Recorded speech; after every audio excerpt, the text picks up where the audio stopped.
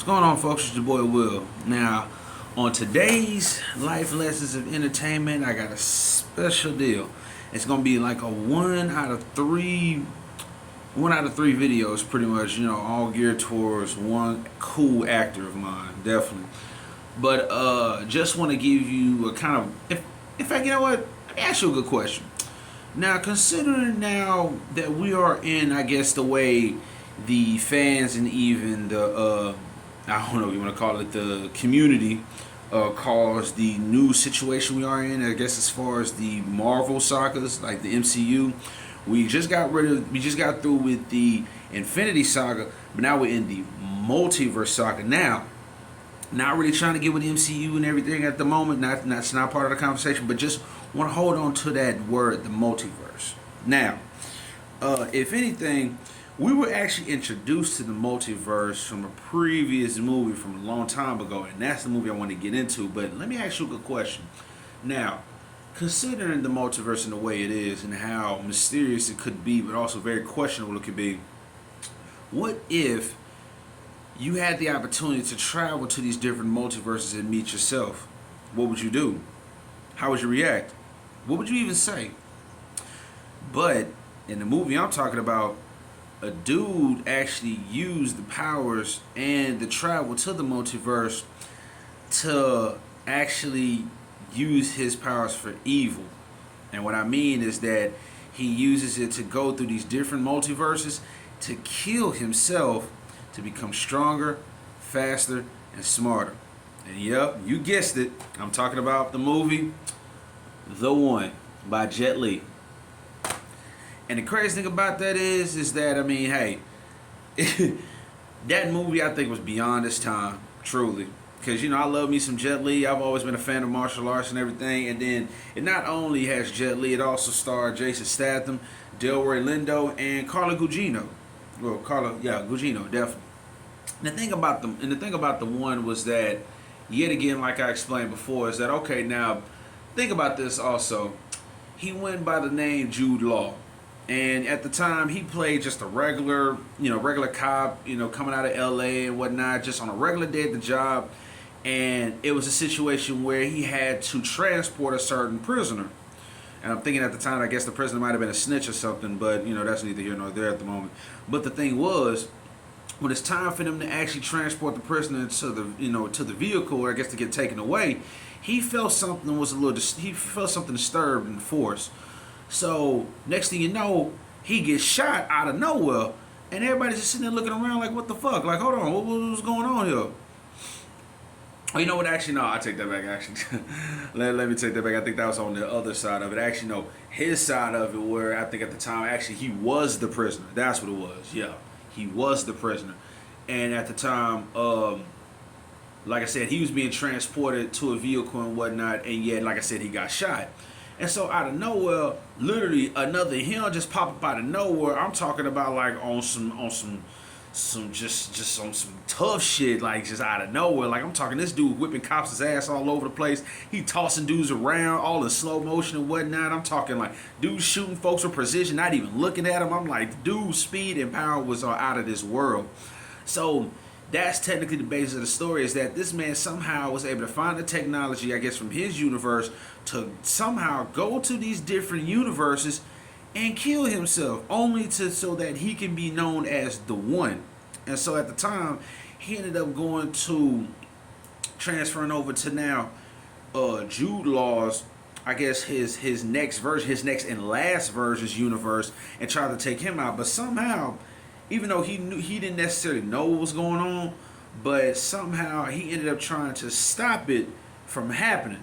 Because, I mean, who's to say what would have even happened if he did kill literally all of himself? And I don't think nobody would have really wanted that. I think probably it would have turned into some type of multiverse apocalypse or some shit. Who knows? But, yeah, it was the craziest thing. And yet the whole time he's sitting there trying to literally duck and dodge his evil self.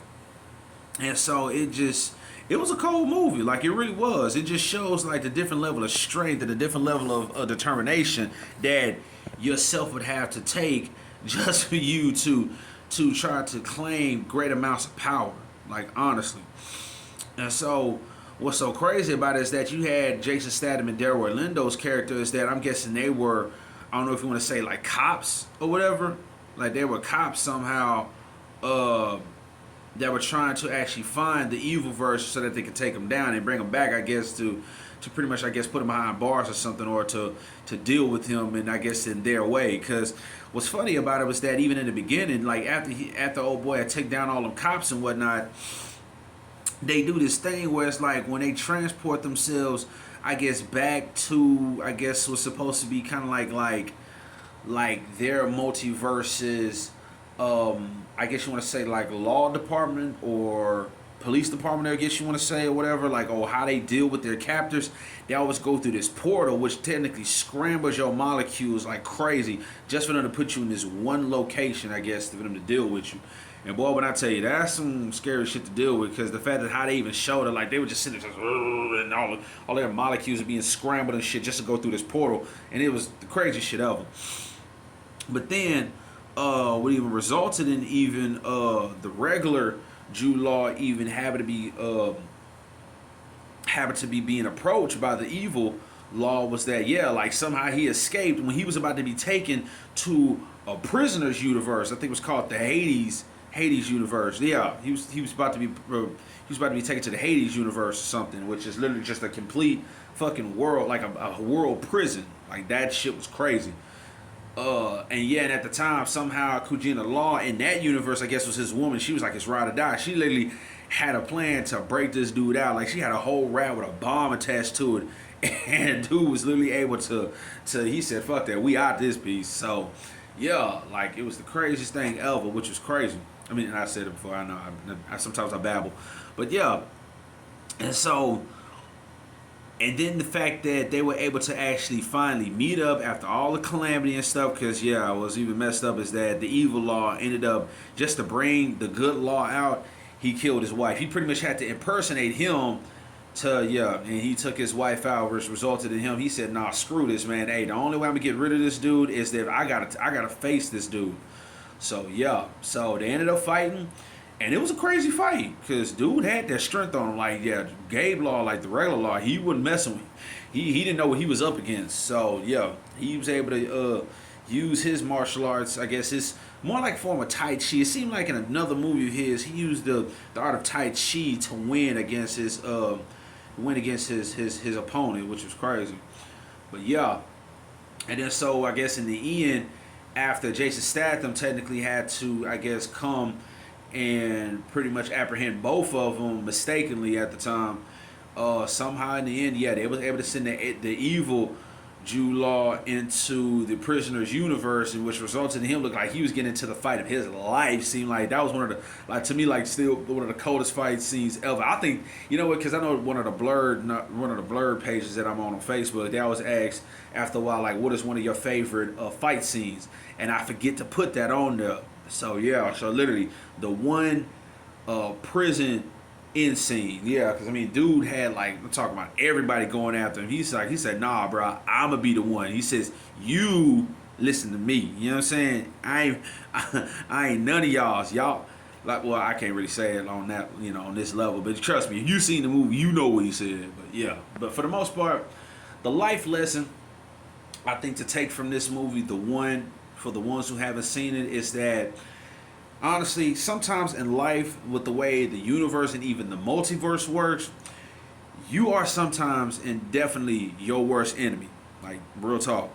Because it's like, for you to be in a position to be that greedy to where you want to take out so many versions of yourself just for you to be the only one, like, that definitely comes with a level of selfishness. Like, truly. Like, because it's already enough that you didn't even think these other forms existed, but the fact that you found out, but you don't even let them live in peace, you decide to go and kill them just so that you can gain power from them, that's pretty messed up. But, it happens like that, because even, I guess, off of the Doctor Strange movie, the Multiverse of Madness, it was sort of kind of like that, but not exactly. But, hey, neither seen here nor there. But, hey, like I said, pretty much, and the multiverse and even sometimes the universe, sometimes you are your worst enemy. All right? So, in the meantime, between time, folks, hey, like, comment, and subscribe, of course. And y'all make sure y'all have a good one. All right, this from your boy Will. Peace.